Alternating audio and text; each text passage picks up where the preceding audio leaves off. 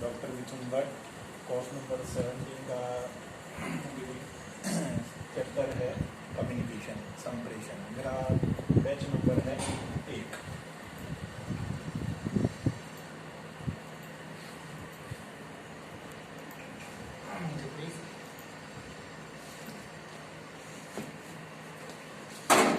Communication. सबसे पहले मैं संप्रेषण की अवधारणा पर बात करूंगा। कम्युनिकेशन का कंसेप्ट क्या होता है, संप्रेषण की अवधारणा। मनुष्य एक सामाजिक प्राणी है, वह समाज में रहता है और समाज में रहता है तो वह विभिन्न प्रकार के दैनिक क्रियाकलाप करता है। इन दैनिक क्रियाकलाप करने के लिए उसको अपने विचारों का आदान प्रदान करना पड़ता है। साथ ही प्रत्येक मनुष्य के अपने विचार होते हैं, अपनी थ्योरीज होती हैं, उनके अपने भावनाएं होती हैं और उन विचारों, सिद्धांतों और भावनाओं को वह दूसरे व्यक्तियों तक पहुंचाना चाहता है। साथ ही वह दूसरे व्यक्तियों के सिद्धांतों को भी जानना भी चाहता है। इस प्रकार से एक विचारों को आदान प्रदान करने की जो प्रक्रिया होती है उसको हम कम्युनिकेशन करते हैं।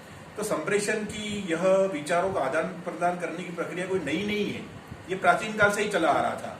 प्राचीन काल के अंतर्गत हमारे पूर्वज थे, आदि मानव थे तो वह भी उस समय भी वो अपना कम्युनिकेशन करते थे, संप्रेषण करते थे। लेकिन उस समय वो संप्रेषण के लिए संदेशों का या भावों का प्रयोग किया करते थे। संदेश और भावों के माध्यम से वो अपनी अभिव्यक्ति किया करते थे।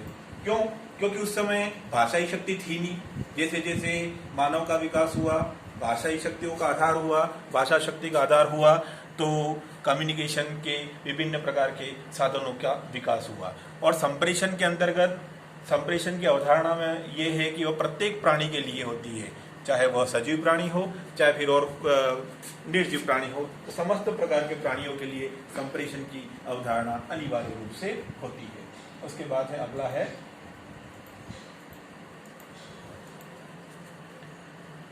अब है कम्युनिकेशन का अर्थ, संप्रेषण का अर्थ। संप्रेषण दो शब्दों से मिलकर बना है। सम धन प्रेषण अर्थात समान रूप से भेजा गया। संप्रेषण को अंग्रेजी में कम्युनिकेशन कहते हैं। ये लैटिन भाषा के कम्युनिकेशन शब्द से बना है, जिसका अर्थ है सामान्य होना या सामान्य बनाना। अगर संकुचित रूप से अगर मैं संप्रेषण की बात करूं तो संकुचित डेफिनेशन क्या है, तो ये कहा जा सकता है कि जब दो या दो से अधिक व्यक्ति विचारों को, संदेशों को, सूचनाओं का आदान प्रदान करते हैं तो वह संकुचित रूप से, संकुचित दृष्टि से उसको भी संप्रेषण कहा जाता है। व्यापक दृष्टि से संप्रेषण की क्या डेफिनेशन है, तो संप्रेषण एक ऐसी प्रक्रिया है जिसमें व्यक्ति अपने विचारों को, अपने भावों को हाव भाव, मुद्रा आदि के माध्यम से आदान प्रदान करता है और उससे उसका बोध भी होना चाहिए, तो वह संप्रेषण होता है। वह व्यापक अर्थ में संप्रेषण की डेफिनेशन है। अब है संप्रेषण की प्रकृति, नेचर क्या होता है, संप्रेषण की प्रकृति क्या होती है, तो अपन उसके ऊपर चर्चा करेंगे। सबसे पहला है संप्रेषण एक गत्यात्मक प्रक्रिया है, कंटिन्यूस प्रोसेस होता है, डायनामिक प्रोसेस होता है, गतिशील प्रक्रिया है, कंटिन्यूस निरंतर चलता रहता है। जब तक व्यक्ति जीवित अवस्था में है तो उसको कम्युनिकेशन करना होता है। इसलिए संप्रेषण की सबसे अच्छा नेचर है, उसकी प्रकृति है कि संप्रेषण एक गत्यात्मक प्रकार की प्रक्रिया होती है। संप्रेषण एक सर्वव्यापक है, संप्रेषण सबके लिए है, चाहे वो कोई भी प्राणी जगत में है, उस हर व्यक्ति के लिए संप्रेषण आवश्यक होता है। इसलिए संप्रेषण की एक नेचर यह भी है कि संप्रेषण क्या होता है, सर्वव्यापक होता है। संप्रेषण में परस्पर अंतःक्रिया आवश्यक है। कम्युनिकेशन में दो व्यक्ति होते हैं और दोनों व्यक्तियों को आपस में जब तक वह अंतःक्रिया नहीं करेंगे, आपस में क्रियाएं नहीं करेंगे, तब तक संप्रेषण माना नहीं जाएगा। इसलिए संप्रेषण में परस्पर अंतःक्रिया करना भी आवश्यक होता है। संप्रेषण द्विपक्षीय होता है। इसका एक नेचर है कि इसके अंतर्गत दो पक्ष होते हैं, एक तो संप्रेषण करता होता है और एक संप्रेषण प्राप्त करता होता है। इसलिए इसको क्या कहते हैं कि संप्रेषण की एक प्रकृति ये भी कि संप्रेषण द्विपक्षीय होता है। संप्रेषण एक सामाजिक प्रणाली है, सोशल प्रोसेसेस है कि समाज के अंतर्गत जब व्यक्ति रहता है तो समाज के अंतर्गत रहता है, उसको विचारों का आदान प्रदान करना पड़ता है और विचारों का आदान प्रदान करना पड़ता है तो उसके लिए कम्युनिकेशन करना आवश्यक होता है। इसलिए संप्रेषण एक सामाजिक प्रणाली कहा गया है। अब है कम्युनिकेशन के प्रकार, टाइप्स क्या हैं, संप्रेषण के कितने प्रकार हैं। तो संप्रेषण दो प्रकार के होते हैं, एक तो होता है शाब्दिक संप्रेषण, दूसरा होता है अशाब्दिक संप्रेषण।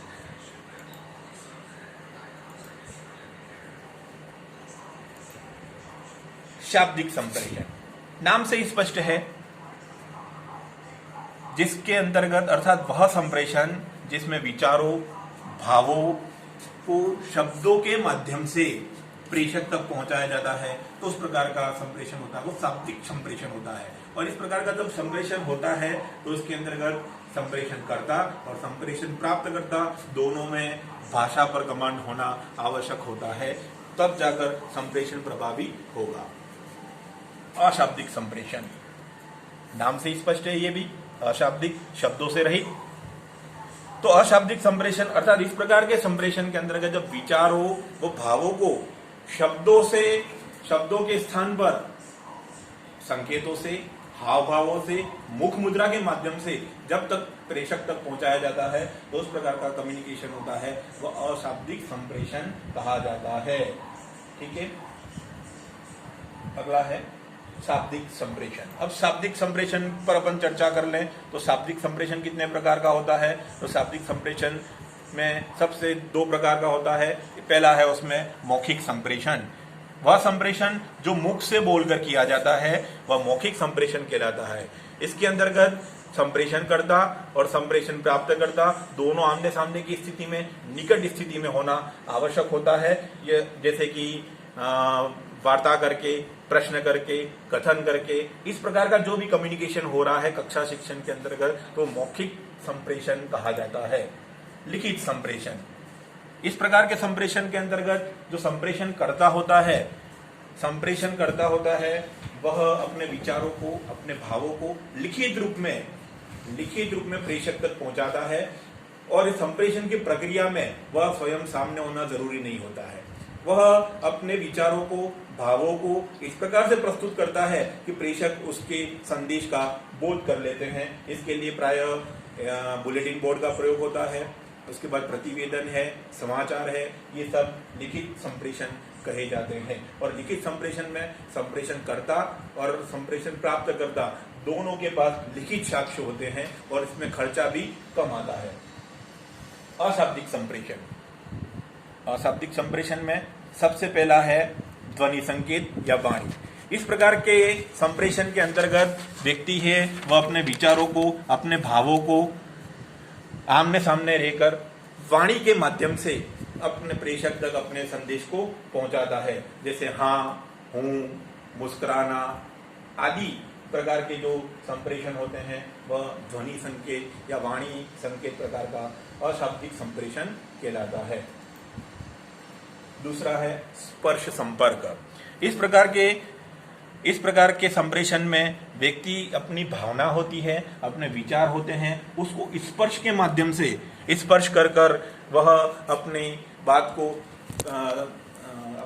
को प्रेषक तक पहुंचाने का प्रयास करता है। जैसे कि कोई दो व्यक्ति हाथ मिला रहे तो हाथ मिलाने से आभास हो जाता है कि यह दोस्ती का हाथ है या दुश्मनी का हाथ है, तो वह स्पर्श प्रकार का संप्रेषण कहा जाता है, अशाब्दिक संप्रेषण होता है।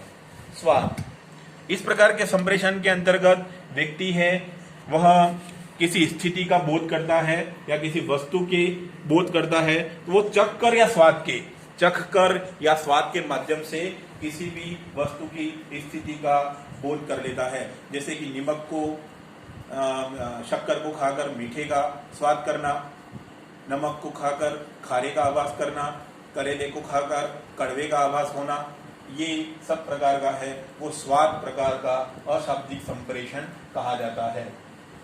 दृष्टि संकेत, यह शाब्दिक संप्रेषण में सबसे महत्वपूर्ण संप्रेषण होता है, इसे आंख संप्रेषण भी कहते हैं। इस प्रकार के संप्रेषण के अंतर्गत व्यक्ति अपने भावों को, विचारों को आमने सामने लेकर इस प्रकार के संप्रेषण के अंतर्गत व्यक्ति अपने भावों एवं विचारों को आंखों की क्रियाओं के माध्यम से, आंखों की गतियों के माध्यम से प्रेषक तक पहुंचाने का प्रयास करता है। जैसे कक्षा में पढ़ा रहा है, आंखें निकाल दें, आंख निकालना, इसलिए प्रेषक को यह बोध हो रहा है कि सर गुस्सा कर रहे हैं, आंखें चुराना, इस प्रकार की जो क्रियाएं होती हैं वह दृष्टि संकेत अशाब्दिक संप्रेषण कहा जाता है। गंध, इस प्रकार के संप्रेषण के अंतर्गत किसी भी वस्तु को गंध के माध्यम से उसके विषय में बोध किया जाता है। जैसे कि गुलाब का फूल सूंघकर सुगंधित का बोध होता है, तो उसी प्रकार से बदबूदार मोजे को जब व्यक्ति सूंघता है और सूंघने के पश्चात उसकी दुर्गंध का आभास होता है, तो इस प्रकार का जो कम्युनिकेशन होता है वो गंध प्रकार का अशाब्दिक संप्रेषण कहा जाता है। अब है संप्रेषण के सिद्धांत। सबसे पहला है सजगता का सिद्धांत। अगर कम्युनिकेशन हो रहा है तो संप्रेषण कर्ता और संप्रेषण प्राप्त करता दोनों तत्पर होने चाहिए, दोनों जागरूक होने चाहिए, सजग होने चाहिए। सजगता का सिद्धांत ये कहता है कि संप्रेषण की प्रक्रिया में संप्रेषण करता और संप्रेषण प्राप्त करता दोनों सजग होने चाहिए, तत्पर होने चाहिए, जागरूक होने चाहिए, तभी संप्रेषण प्रभावी ढंग से होगा। यदि कोई भी इनएक्टिव होगा तो संप्रेषण की प्रक्रिया नहीं हो पाएगी। ये होता है सजगता का सिद्धांत। योग्यता का योग्य होना चाहिए।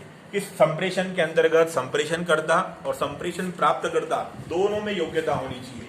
जैसे कि कक्ष के अंतर्गत कोई शिक्षण करा रहा है और गणित का कोई टीचर है, उसका अपने विषय के ऊपर कमांड नहीं होगा तो कक्ष में उसका प्रभावी संप्रेषण नहीं हो पाएगा।